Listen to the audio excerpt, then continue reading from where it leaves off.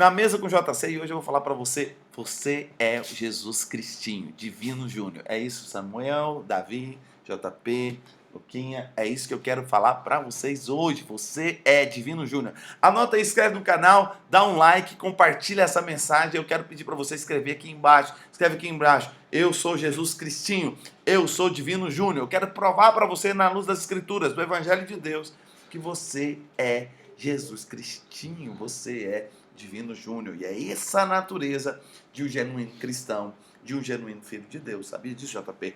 Olha o que está escrito aqui em Romanos capítulo 8, versículo 31. Olha o que diz. Que diremos, pois, à vista dessas coisas?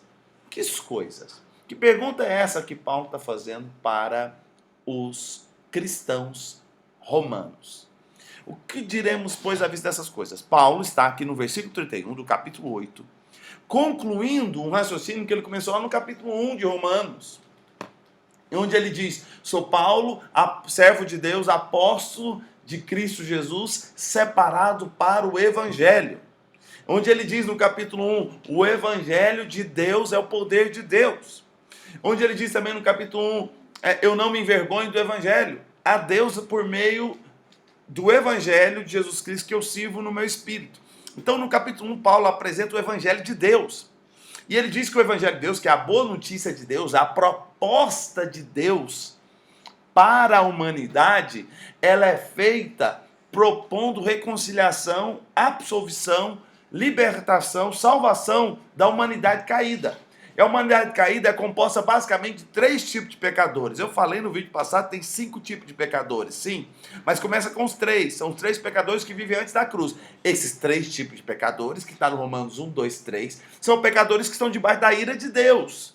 Então não é boa coisa ser pecador. Porque ser pecador é ser inimigo de Deus. E você só vai colher como pecador a ira de Deus. E a ira de Deus está sobre toda a humanidade inimiga de Deus. Porque pecador, quando você diz eu sou um pecador, você está dizendo, entre aspas, sou um inimigo de Deus. Isso é pecador. Pecador, 2 pontos, significa inimigo de Deus. Isso é pecador.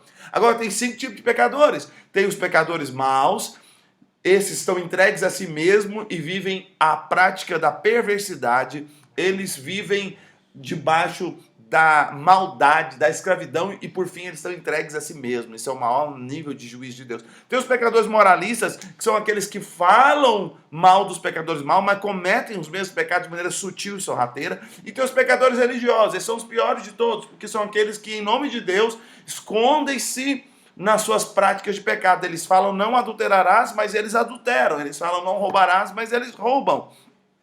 Então são os pecadores religiosos. Bom, esses 3 tipos de pecadores, Deus envia para eles uma proposta. Qual a proposta? A proposta, né? Tem aquele filme, A Proposta. Eu quero falar para você que a maior de todas as propostas, sabe qual é? É a proposta de Deus, enviando salvação e reconciliação para o pecador mau, pecador moralista e pecador religioso. Que proposta é essa? O Evangelho de Deus, que significa Evangelion, que significa boa nova de Deus. Só Deus tem boa notícia para pecador. Qual é a boa notícia que Deus propõe? Todos vocês, raça de víboras, todos vocês, geração caída, geração de pecadores maus, creiam na reconciliação que Deus faz por meio de Jesus Cristo.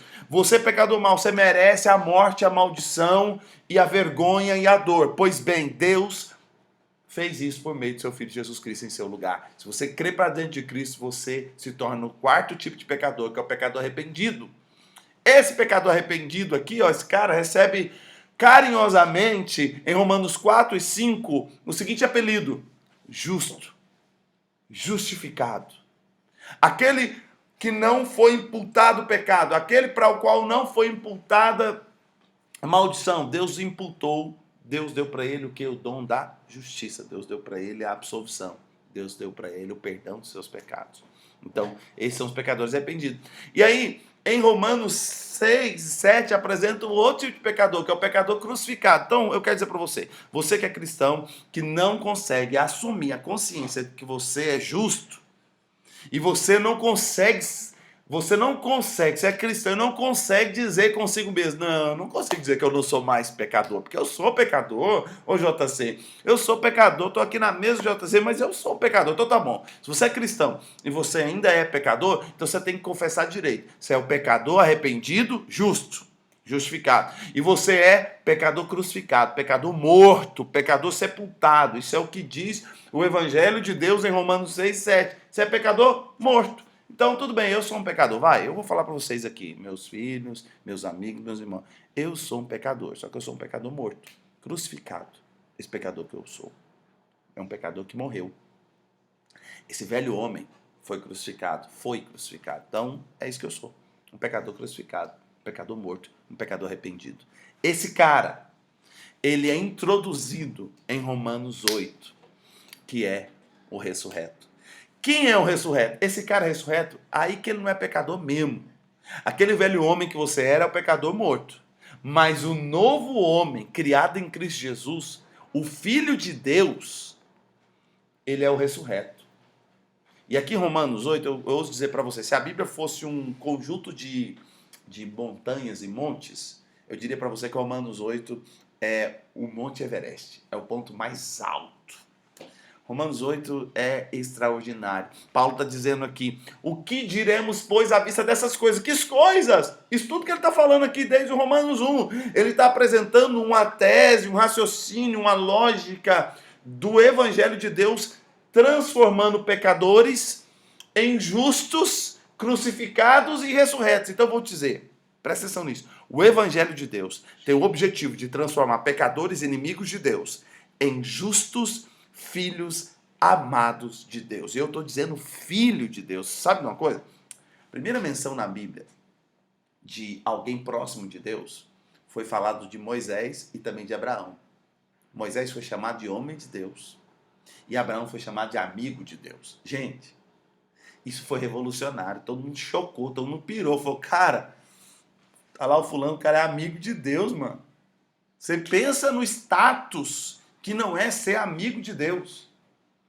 É Abraão. Abraão teve esse status. Agora, você consegue entender qual é o status de Jesus? Jesus tinha um status, não era de amigo de Deus, de filho de Deus. Aí é que foi chocante. Foi revolucionário. Para você ter uma ideia, esse foi o motivo que os religiosos arquitetaram a crucificação de Jesus Cristo. Sabe qual foi a maior acusação? Sabe qual foi a acusação que o tribunal dos religiosos julgaram e disseram condenado? Sabe qual foi a acusação que levou Jesus? Jesus foi julgado de maneira injusta, arbitrária, mentirosa, fraudulenta, mas ele foi julgado. E sabe qual foi a condenação de Jesus? Este aí é um mentiroso, um charlatão, um falso enganador, um falso profeta. Ele se diz ser filho de Deus. Essa foi a acusação de Jesus, sabia? Porque ele disse que ele era filho de Deus. Foi tão chocante para o religioso. Ele falou, cara, Abraão era amigo de Deus. Moisés, esse está dizendo que ele é filho. Ele é mais que amigo, ele é mais que homem de Deus. Ele é filho de Deus. Entende a seriedade? Imagina, se eu falar para você que hoje vai gravar um vídeo, um cara que está vindo aí, ele é filho do anjo Gabriel. Ele é filho do anjo Miguel. Você vai pirar, não vai? Fala, caraca, mano, o cara que vai pregar aqui, vai gravar o vídeo, ele é filho de anjo. Já é poderoso filho de anjo, é ou não é? Eu quero dizer, tem algo mais poderoso que ser filho de anjo, é ser filho de Deus. Jesus revelou o poder do Filho de Deus. Jesus revelou a glória, o brilho de ser filho de Deus. E aí aqui, no Evangelho de Deus, aí para chocar, para derreter com toda a teologia religiosa. O Evangelho de João, capítulo 1, versículo 14, diz assim, todos quantos receberam Jesus, receberam a proposta de Deus. Todos os pecadores maus que receberam a proposta de Deus. Todos os pecadores moralistas que receberam a proposta de Deus. Todos os pecadores religiosos que receberam a proposta de Deus. Não importa, todos os inimigos de Deus. Eles abraçaram a proposta de Deus. Eles assinaram o contrato da proposta de Deus. Eles creram para dentro de Deus. Se tornaram filhos de Deus. Eita glória. E aí, quem é esse cara? Esse filho de Deus que você se tornou? Esse cara, ele não... Se chamar um pecador de arrependido de pecador já está errado, porque ele foi feito justo. Se chamar pecador crucificado de pecador já está errado, porque ele está crucificado. Agora, imagine você a blasfêmia que você está fazendo consigo mesmo. Chamar um filho de Deus de pecador. Chamar um ressurreto em Cristo de pecador. E eu quero dizer, esse ressurreto, e aqui que está a confusão das pessoas, falam, mas cara, como que eu não sou pecador, sendo que eu sou tentado o tempo inteiro? Pois é, aqui Romanos nos mostra que tem duas leis, tem a lei do pecado e da morte, que ela vem de fora para dentro, ela opera na sua carne, no seu homem exterior, e tem a lei do espírito e da vida, que opera de dentro para fora, que opera no seu homem interior. Se você fechar os seus olhos e olhar para o seu interior, no seu íntimo, e você não achar lá dentro a voz do Espírito Santo, o testemunho interior, como dizia Wesley e os irmãos moravianos. Se você olhar para o seu interior e não achar lá o dom da justiça, a fé de Deus, e não achar lá a natureza de um filho de Deus, se você olhar lá para o seu íntimo do seu ser, você não encontrar o desejo do céu, a pureza, a santidade, o amor verdadeiro, você não nasceu de novo. Se você não achar isso lá dentro, tem gente que olha para dentro de si, ele só vê maldade, só vê pecado, só vê engano, só vê fraude, só vê perversidade. Você não está longe do reino, não. Você está perto, mas você não está dentro do reino, nem o reino está dentro de você. Mas se você parar e olhar para o seu interior, e você achar lá dentro uma nova lei, dentro do seu interior, a lei do Espírito da vida, que está em Cristo Jesus, você nasceu de novo, você tem um testemunho interior. Sabe uma coisa que o Wesley falava para todo novo convertido, dos grupos de santidade que eles tinham, eram verdadeiras rafrutas, eram verdadeiras home church, os grupos de santidade de John Wesley, quando ele começou nas faculdades. A primeira coisa que eles perguntavam para a pessoa que recebia Cristo, ele falava, você tem um testemunho interior? Se a pessoa falava assim, não sei o que você está falando, eles falavam, vamos pregar o evangelho para ele mais uma vez, porque ele não nasceu de novo. Porque quem nasceu de novo, ele tem dentro dele um testemunho interior. O que é esse testemunho interior? É uma voz lá dentro que diz assim, ó, eu sou filho de Deus. Eu nasci do Espírito. É uma voz lá dentro que diz, é uma lei. Alguém fala, eu estou debaixo da graça, não estou debaixo da lei. É verdade, nós não estamos debaixo da lei do pecado e da morte. Nós não estamos debaixo da lei exterior. Mas sim, nós estamos debaixo da lei do Espírito. Essa lei do Espírito é a lei da fé. Essa lei do Espírito é a lei do Espírito da vida. Que lei que é essa? É o que está profetizado lá em Jeremias capítulo 31. Farei com a casa de Israel uma aliança nova nos seus dias do fim. E essa aliança nova, eu vou escrever dentro deles a minha lei, e também na mente deles a minha lei, dentro do coração e dentro da mente deles. Pois ser cristão é viver a nova aliança. E viver a nova aliança é ter a lei do Espírito escrita dentro de nós. Então você tem os religiosos que andam na lei escrita em pedras. É a caducidade da letra. E você tem os cristãos, os ressurretos, os filhos de Deus, mais que amigos de Deus, que eles têm a lei escrita dentro deles. Genuíno cristão, genuíno filho de Deus, dentro dele tem o que Paulo chama de o homem interior. O que 2 Coríntios capítulo 5 chama de nova criatura em Cristo Jesus. Quem é esse homem interior? Quem é essa nova criatura em Cristo Jesus? É o que João chama de poder de filho de Deus. Quem é esse homem interior, nova criatura em Cristo, poder de filho de Deus? Quem é esse? É o que diz em Romanos aqui, que eu resumo o capítulo 8 de Romanos em uma palavra, ressurretos. Então quem é esse cara que é o ressurreto? O ressurreto é essa nova criatura que eu me tornei a partir do momento que eu criei. A partir do momento que eu criei, uma natureza nova brotou, explodiu dentro de mim. Bum! Dentro de mim. Samuel, quando eu tinha a sua idade, eu nasci de novo, 18 anos de idade, eu nasci de novo. Mas desde a idade do JP, 13 anos, eu ouvia o evangelho, eu até era tocado pelo evangelho, e eu recebia o evangelho, eu gostava. Na escola, teve um grupo de evangelistas que eles entraram lá e contavam o testemunho que eles foram libertos das drogas, foram libertos da vida louca, e eles falavam de Jesus e levavam os jovenzinhos a arrepender, e eu com sua idade, JP, eu abaixava a cabeça, chorava, sentia tocado, e queria Deus. Mas eu saía daquela sala de aula, sabe o que eu queria? Sabe qual era a minha paixão?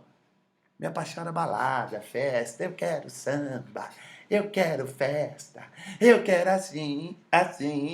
Eu só queria balada.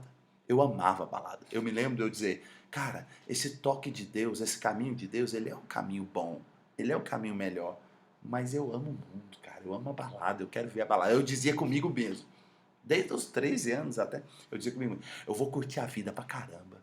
Eu vou curtir a vida. Quando tiver 40 anos, eu vou servir a Deus, vou ser pregador de Deus. Por que eu dizia assim dentro de mim? Porque eu não tinha o testemunho interior. Porque eu não tinha nascido de novo, eu não era nova criatura. A semente, eu diria que eu poderia estar até fecundado. Eu poderia estar com a semente aqui dentro, em algum lugar ela estava aqui dentro, porque ela entrou. Só que ela não explodiu. Ela não explodiu. Mas no dia 23 de março de 1997, eu fui para um retiro de jovens, encontro de jovens com Cristo.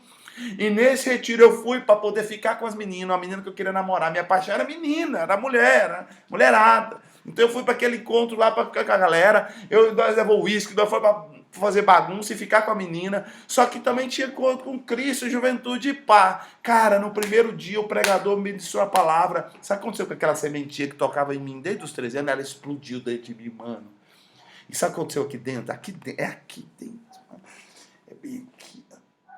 Aquele dia explodiu uma fé que não existia antes aqui dentro. Explodiu um amor com uma alegria que eu não conhecia. E a partir daquele momento, eu costumo dizer que esse foi o marco do dia que eu nasci de novo. Dia 23 de março de 1997. Eu lembro como se fosse hoje. Eu saí daquele retiro. O retiro foi 21, 22 e 23. Eu saí daquele retiro ressurreto. Uma nova criatura.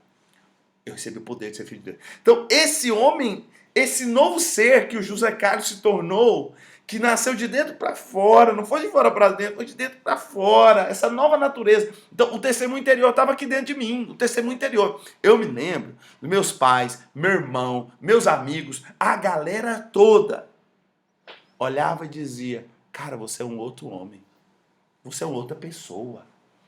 Como você mudou? A paz encheu, a alegria encheu, a fé fluiu. Quem é esse cara? A Bíblia chama de o ressurreto. Esse ressurreto, ele, então, é o pecador arrependido, que se tornou justo, que está crucificado, e agora ele é uma nova criatura que Jesus. Presta atenção. Você tem um ser interior, um homem interior, que é o Filho de Deus, que é o ressurreto. E você tem um homem exterior, que é a sua alma e seu corpo, que é o velho homem. Esses dois caras aqui vão ficar lutando. Só que tem um detalhe. Qual o veredito de Deus sobre esse velho homem? Que ele está morto. Você fala, mas eu estou sentindo ele vivo. Muitas vezes eu vejo ele vivo. Muitas vezes ele toma o lugar de Cristo. Eu vi isso na minha própria experiência, nesses mais de 20 anos andando com Cristo. Eu vi esse velho homem às vezes tomando lugar. Aí eu digo, então tá vendo? Então na verdade eu não sou pecador morto. Não muda o fato. O fato de Deus é maior do que o fato dos homens. O fato de eu experimentar ser um pecador na minha prática, porque o velho homem se levanta vez após vez, não quer dizer que ele não está morto. Porque se Deus diz que está morto, morto está. A fé é assim, quando você pega a verdade de Deus, passa sobre a verdade dos homens. O fato de Deus é maior que o fato dos homens. Aí você, pela fé, assume essa realidade e você anda em Deus. Esse ressurreto, esse filho amado de Deus, que você se tornou no seu interior, Paulo diz assim, o nosso homem interior, ele se renova a cada dia, nosso homem exterior se corrompe a cada dia.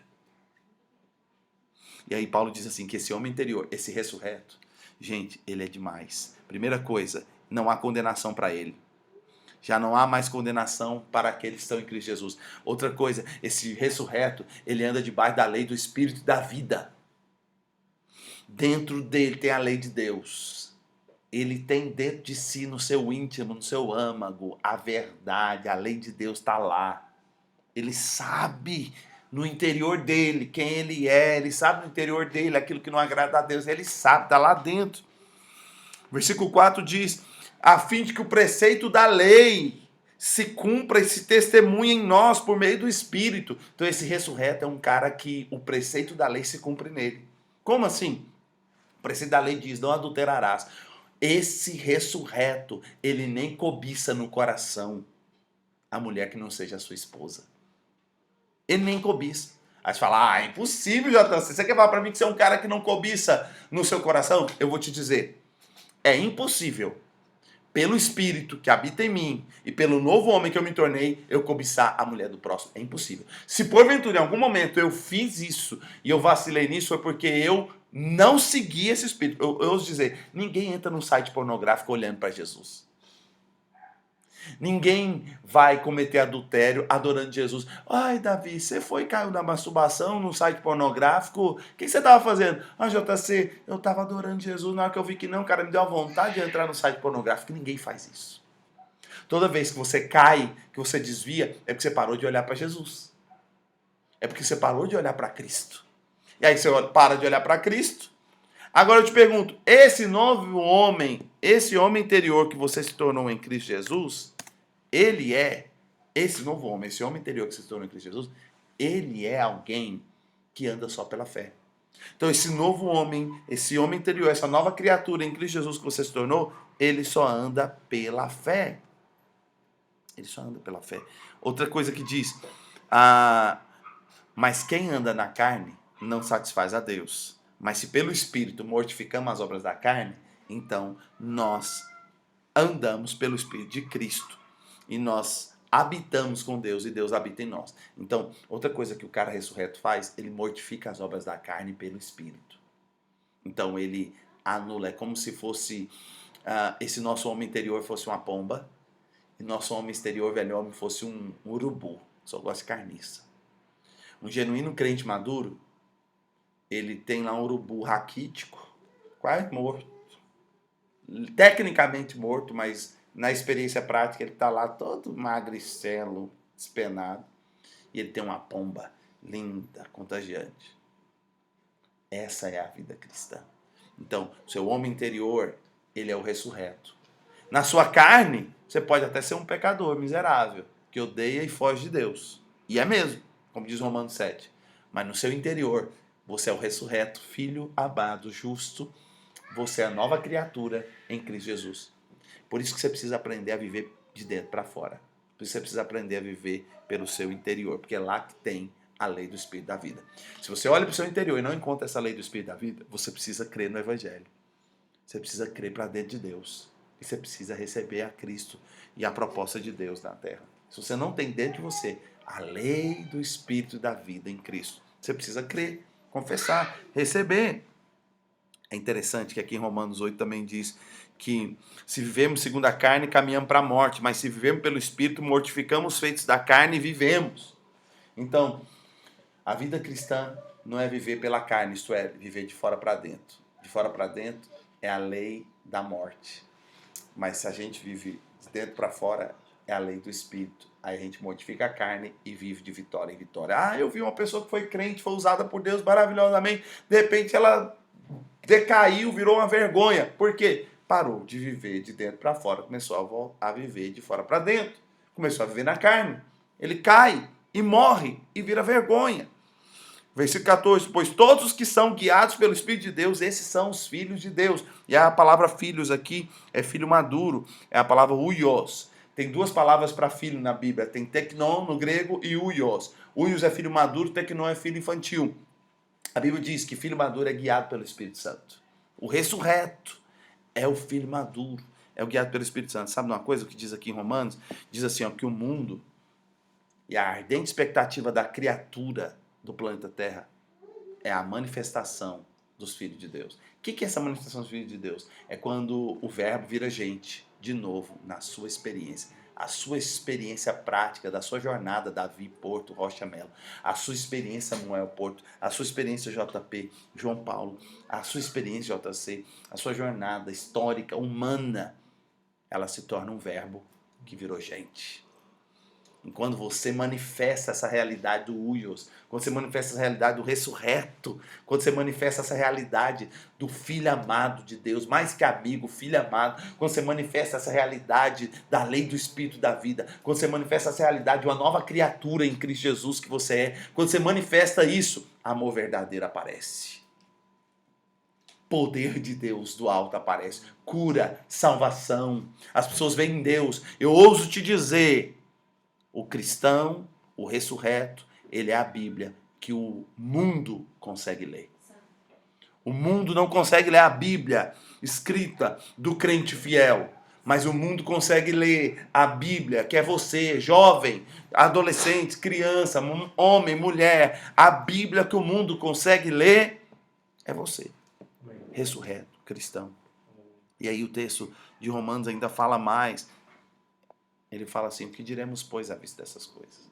E aí termino com isso. Ele termina dizendo assim, eu costumo dizer que são os questionamentos do ressurreto. Você cristão, você é uma nova criação. Você cristão, você é um ressurreto. Você é um filho de Deus. Você é uma nova criatura. Essa nova criatura que você é, ela é uma pedra preciosa, ela é uma feitura de Deus, ela é uma obra-prima de Deus. Não abandone essa nova criatura, não abandone essa identidade da nova criatura que o Evangelho faz você se tornar. Não abandone, pelo contrário. Sabe como é que vai acontecer? Se você assume a sua identidade da proposta de Deus que veio por meio do Evangelho, você se torna essa obra-prima de Deus. Sabe o que vai acontecer? O inferno, os principados e potestades vão vir com ferocidade para destruir essa imagem de Deus, que é essa nova criatura que você se tornou. Vai vir tentação e tentador terrível. Pense em alguém que o inferno odeia, é essa nova criatura que você se tornou. É esse tal de filho de Deus que você se tornou. Você se tornou. É esse ressurreto que você se tornou. O pecador arrependido, uma nova natureza. O Satanás odeia essa natureza, irmão. Você começa a tornar isso. Sabe o que vai acontecer? Ataques ferozes, atrozes, desesperados do Satanás vai vir para arrancar essa identidade sua. Para destruir, para arrancar do mapa. Aí Deus dá uma ferramenta. Qual a ferramenta? Você tem que aprender a ser um questionador no mundo espiritual, para você vencer os ataques ferozes que virão contra essa nova criação que é você.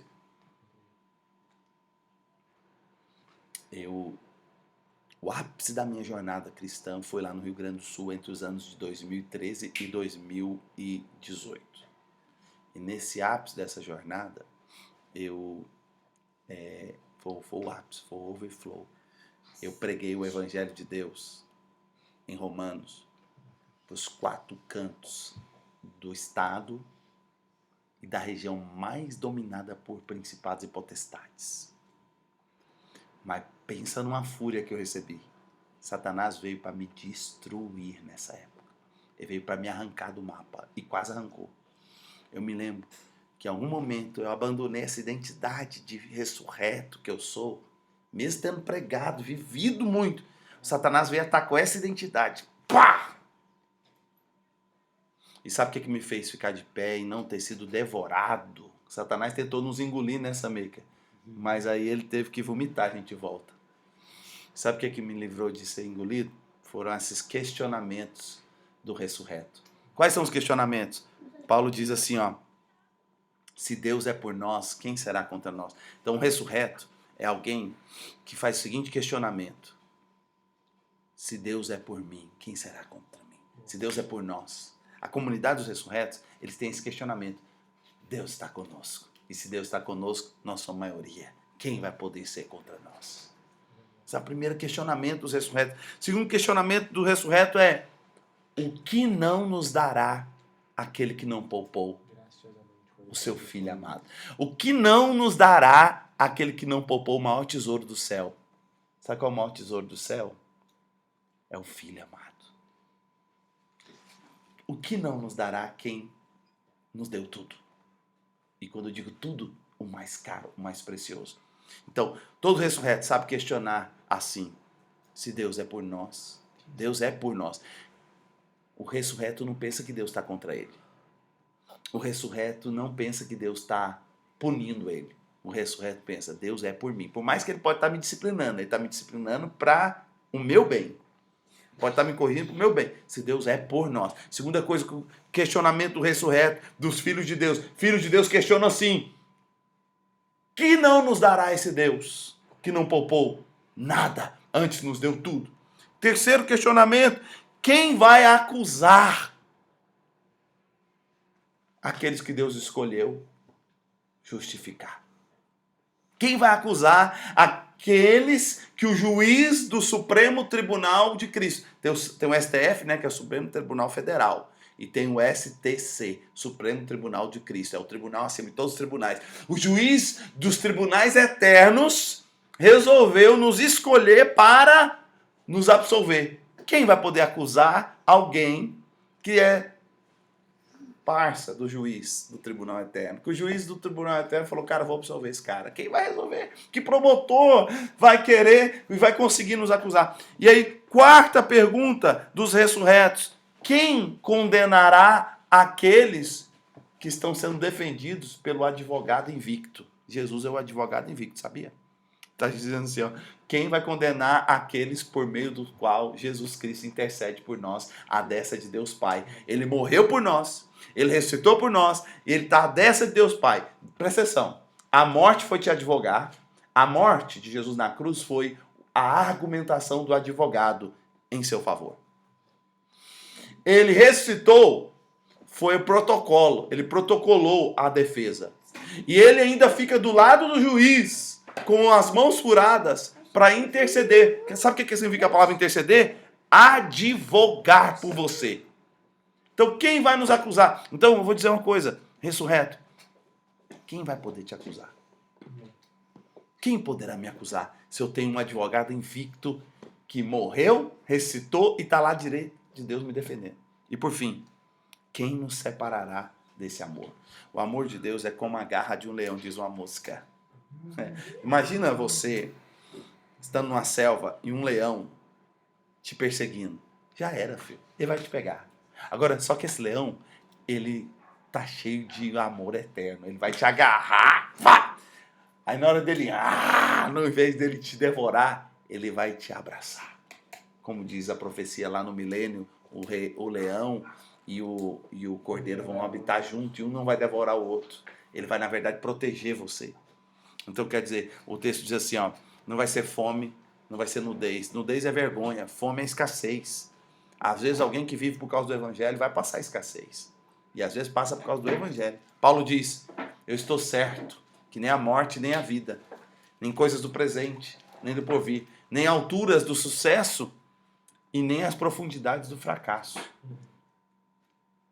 Nem anjos, nem principados poderão me separar do amor de Deus que está em Cristo Jesus. Gente, é um amor invencível, é um amor inescapável, e é assim que termina o Evangelho de Deus dizendo, quem vai nos separar? Quem vai nos fazer escapar desse amor que está proposto em Cristo Jesus? Então, Romanos 8, Evangelho de Deus, você, escreve aqui embaixo, escreve no canal, compartilha, escreve aqui embaixo. O que mais ardeu no teu coração quando você ouviu esse vídeo até o fim? Escreve aqui embaixo, Divino Júnior é o que eu sou. Escreve aqui embaixo, ressurreto, nova criatura, filho de Deus, amigo de Deus. Escreve aqui embaixo, nova criação, ressurretos. Escreve, é o que eu sou. A lei do Espírito habita dentro de mim. Comenta aí o que ardeu no teu coração e tamo junto. É nóis.